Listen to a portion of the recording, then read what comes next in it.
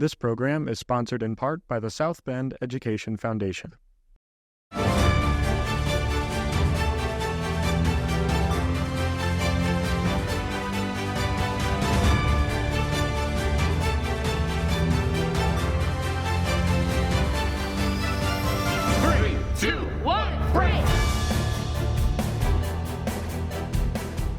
Welcome to The Break, your news and weather in under 5 minutes. I'm Alex Love from Riley High School.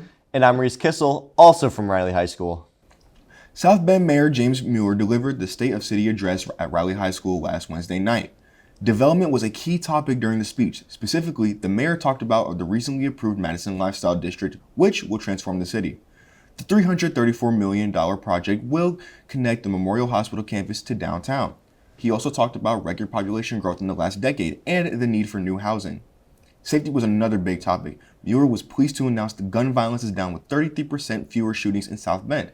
He ended by saying, when the city has safety, neighborhoods become more vibrant and everything builds on itself. Therefore, the office will continue to stress safety, growth, and education. The biggest natural astronomical event of 2024 took place last Monday, and it did not disappoint. People all across the country gathered for the once-in-a-lifetime experience in which the disk of the sun was covered by the moon. 15 states were in the path of the totality, meaning total blackout. Some South Bend Community Schools students attended an event in Indianapolis to experience the Eclipse's total blackout. Here in South Bend, students gathered on the football field to watch the event. The Potawatomi Zoo reported that the eclipse fooled some of its animals into thinking the day was over. Both giraffes and flamingos reacted nervously to the strange light. The next total solar eclipse that can be seen in the U.S. will take place August 23rd, 2044. It's not the house Rock built, but it's the house he lived in when he first moved to South Bend. Developers have been given the green light to move legendary Notre Dame football coach Knute Rockne's home in order to build condos in its place. The South Bend Board of Public Works recently voted to allow Wolf House movers to move the home at 1006 Vincent Street to a new location half a mile away from Foster Street. The Rocknes lived in the house from 1920 to 1929. Rockne coached at Notre Dame from 1918 to 1930 and led the team 105 wins and only 12 losses in 13 years. A Granger developer bought the house last year for $850,000, more than double what it sold for just 3 years before, a sign of rapidly increasing land values near Notre Dame. Be sure to check out Adam High School's culture event tonight if you're in the area. Culture Day will be hosted by the John Adams International Student Organization.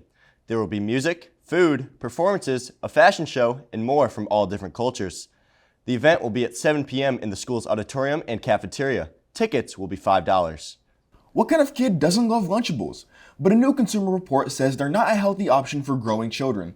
12 store-bought Lunchables made by Kraft Heinz were compared to similar snack kits made by other manufacturers.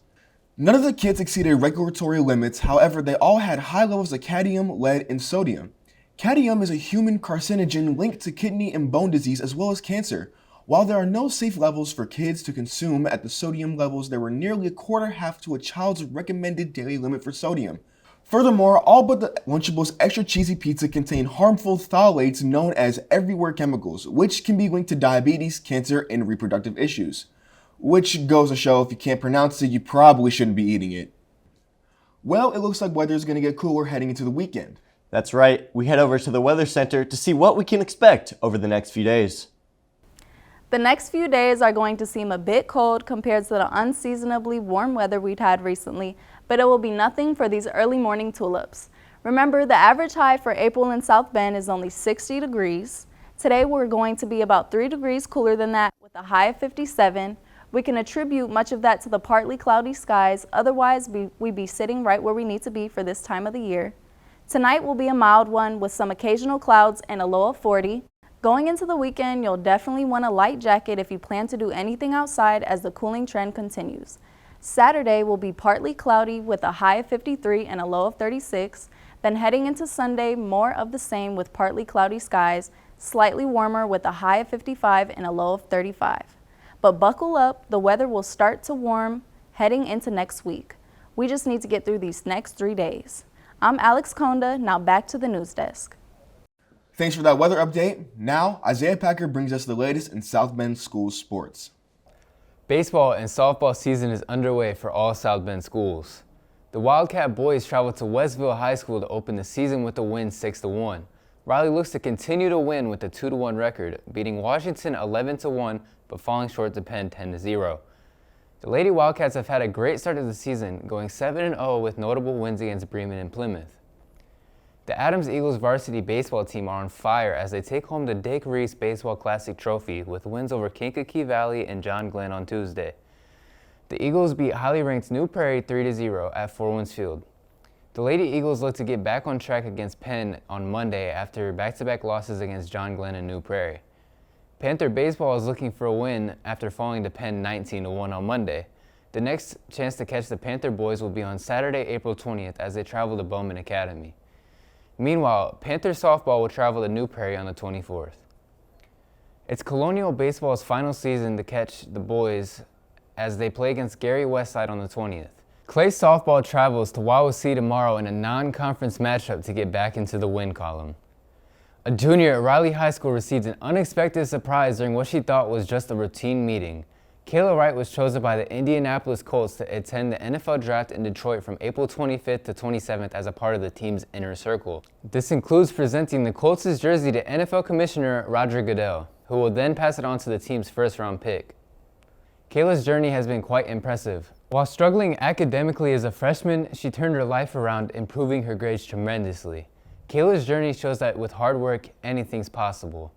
That's all for Sports Zone. Now back to the anchor desk.